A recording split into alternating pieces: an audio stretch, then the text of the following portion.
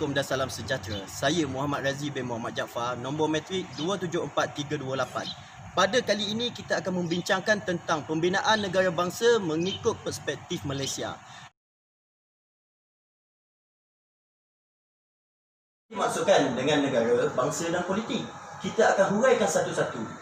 Dimulakan dengan negara. Negara adalah suatu organisasi dari sekelompok ataupun beberapa kelompok manusia yang bersama-sama mendiami satu wilayah tertentu dan mengakui adanya satu pemerintahan yang mengurus tata tertib serta keselamatan sekelompok ataupun beberapa kelompok manusia yang lain. Bangsa pula, bangsa merujuk kepada satu komuniti orang, komuniti politik yang terbentuk dalam sejarah yang dikaitkan melalui perkongsian wilayah serta ekonomi bersama dan mempunyai unsur-unsur subjektif bersama merangkumi bahasa, budaya, sastra, nama yang dikongsi bersama. Melalui politik pula, politik adalah pembentukan satu pembahagian kekuasaan dalam negara yang masyarakat melalui proses pembuatan keputusan oleh rakyat. Apakah pula yang dimaksudkan dengan konsep negara bangsa?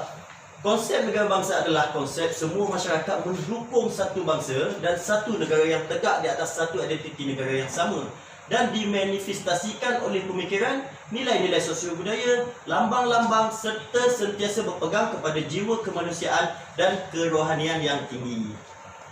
Ciri-ciri negara bangsa. Asas pembentukan negara bangsa. Pertama, hidup bersatu tanpa fahaman perkauman sempit dan menerima satu nilai kebangsaan yang boleh mengikat mereka sebagai satu kelompok manusia dengan hati yang terbuka. Contohnya, dasar pendidikan kebangsaan dan dasar kebudayaan kebangsaan. Dasar ini bertujuan untuk menyatukan penduduk dengan mewujudkan nilai yang sama sebagai nilai kebangsaan di kalangan mereka untuk dikenali sebagai bangsa Malaysia. Kedua pula, sebilangan besar rakyat mesti berpegang kepada ideologi politik yang sama, iaitu demokrasi liberal. Perbezaan yang wujud hanya cara untuk mencapai matlamat dan tidak wujud kegawatan politik kerana matlamat politik yang sama, iaitu demokrasi. Ketiga, kepercayaan dan keyakinan yang tinggi kepada sistem pemerintahan dan undang-undang negara.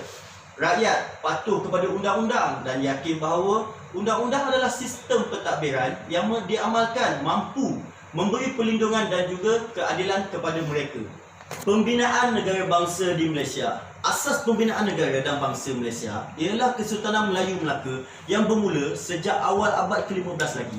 Kesultanan Melayu Melaka pernah mencapai tahap peradaban dan kenegaraan yang tinggi sehingga menjadi empayar terkuat, pusat perdagangan yang penting, pusat kebudayaan dan pusat penyebaran Islam. Kesultanan Melayu Melaka banyak meninggalkan warisan dalam pelbagai aspek dan menjadi contoh kepada kerajaan-kerajaan Melayu selepasnya. Terdapat 6 ciri-ciri negara dan bangsa dalam Kesultanan Melayu Melaka, iaitu wilayah, pengaruh kedaulatan, lambang-lambang, rakyat, undang-undang dan kerajaan. Wilayah pengaruh, kawasan tempat tinggal rakyat, sempadanannya diterima umum, kawasan yang rakyatnya menerima dan memperakui pemerintahan seorang raja. Kesultanan Melayu Melaka mempunyai lingkungan pengaruh yang luas walaupun sempadan tidak ditetapkan. Empayarnya meliputi keseluruhan semenanjung Tanah Melayu dan seluruh Timur Sumatera. Kedaulatan merupakan kekuasaan tertinggi terhadap rakyat sesebuah wilayah. Tidak boleh dihadkan mana-mana pihak, merujuk kepada kekuasaan yang dimiliki oleh sesebuah negara atau pemerintah. Negara berkenaan mempunyai hak mutlak terhadap rakyatnya. Negara itu bebas daripada campur tangan kuasa, paksaan, taklukan atau pemerintahan kuasa asing. Dalam Kesultanan Melayu Melaka, kedaulatan dirujuk terus kepada raja yang memerintah. Lambang-lambang merupakan simbol atau tanda yang menjadi identiti sesebuah negara. Bahasa Melayu merupakan bahasa kebangsaan dan lambang penyatuan negara dan bangsa.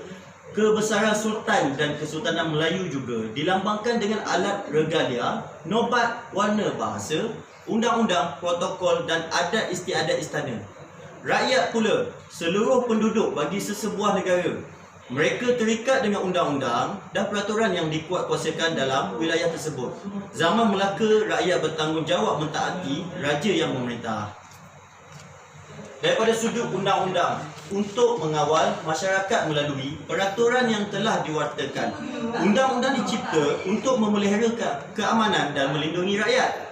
Keunggulan undang-undang menentukan struktur kerajaan, kehakiman, bahasa, agama dan kerakyatan diterima oleh masyarakat. Zaman Melaka terdapat dua sumber undang-undang bertulis dipengaruhi oleh hukum adat tempatan dan agama Islam, iaitu Hukum Kanun Melaka dan Undang-Undang Laut Melaka. Kerajaan, badan yang diberi kuasa untuk urus pentadbiran, menjaga keamanan, pertahan kedaulatan negara dan jalin hubungan diplomatik dengan negara lain. Zaman Melaka, Raja atau Sultan merupakan pemerintah tertinggi yang dibantu Bendahara, Penghulu, Bendahari, Temenggung dan Laksmana. Di Malaysia, pembentukan negara dengan rakyat berbilang kaum hanya dimulakan pada tahun 1948 apabila Persekutuan Tanah Melayu ditubuhkan dan melonggarkan pemberian kerakyatan bersyarat kepada penduduk bukan Melayu. Kemerdekaan Tanah Melayu pada tahun 1957 daripada Inggeris mengukuhkan lagi asas itu dan diikuti penubuhan Malaysia pada tahun 1963 sebagai tanda pembentukan negara Malaysia yang berdaulat. Pada waktu itu, Malaysia hanya mendapat sebuah negara daripada Inggeris sebagai simbol kemerdekaan. Malaysia diperintah oleh Parti Perikatan yang sah dan diiktiraf oleh Pertubuhan Bangsa-Bangsa Bersatu. Penduduk Malaysia masih belum diintegrasikan sebagai sebuah bangsa. Mereka masih dikenali mengikut kaum dalam segala bidang. Pada tahap pertama ini, interaksi dan perpaduan kaum berada pada tahap yang paling rendah. Pada tahap kedua, memperlihatkan berlakunya perhubungan awal yang longgar antara kaum. Ini dijelaskan oleh Furnival sebagai mempunyai ciri-ciri masyarakat majmuk apabila terdapat lebih daripada satu etnik termasuk penduduk Bumiputera yang tinggal di situ. Mereka bercampur tetapi tidak bersatu, tinggal berdekatan tetapi terpisah, mengamalkan budaya, pekerjaan dan pendidikan yang berbeza. Pada tahap ini, interaksi antara mereka berada pada paras yang minimum. Pada tahap ketiga, perhubungan kaum menjadi agak rincang, pelbagai dan saling bergantung yang akhirnya memerlukan kepada satu iklim persefahaman yang harmoni bagi mendamai dan memenuhi kepentingan kaum supaya perpaduan dapat diwujudkan. Perbezaan antara mereka cuba dirapatkan. Persamaan dan kerjasama antara kaum dicari serta diperluas sebagai ikhtiar mewujudkan perpaduan dan integrasi nasional. Pada tahap ini, masyarakat telah diintegrasikan ke dalam satu bangsa dengan memiliki nilai-nilai yang sama dan membentuk sebuah negara bangsa Malaysia. Cabaran politik dalam pembinaan negara bangsa di Malaysia. Berlaku konflik antara parti politik. Parti politik yang wujud berdasarkan kumpulan etnik diperspeksikan untuk menjaga kumpulan etnik masing-masing. Walaupun bergabung, namun sering berlaku konflik di kalangan parti-parti komponen. Sebagai contoh, berlakunya peristiwa 13 Mei, pergaduhan India dan Melayu di Taman Medan. Kesimpulannya, Malaysia sedang menuju ke arah sebuah negara maju dan terdedah kepada globalisasi. Pembinaan sebuah negara bangsa Malaysia yang bersatu padu diperlukan kerana negara Malaysia merupakan sebuah negara yang penduduknya terdiri daripada masyarakat majmuk. Sikap perkauman yang tebal bermakna Malaysia terdedah kepada konflik perkauman yang akan berlaku pada bila-bila masa sahaja seperti sebutir bom jangka. Menyusun semula masyarakat melalui dasar-dasar yang dijalankan selepas peristiwa 13 Mei 1969 merupakan langkah baik menuju pembentukan sebuah negara bangsa. Semangat nasionalisme menjadi pemangkin dan pelengkap kepada usaha ini. Setiap warga negara sepatutnya bersedia menggantikan nasionalisme sempit berasaskan perkauman kepada nasionalisme kebangsaan, lantas melahirkan pula semangat patriotisme yang tidak berbelah bagi terhadap negara.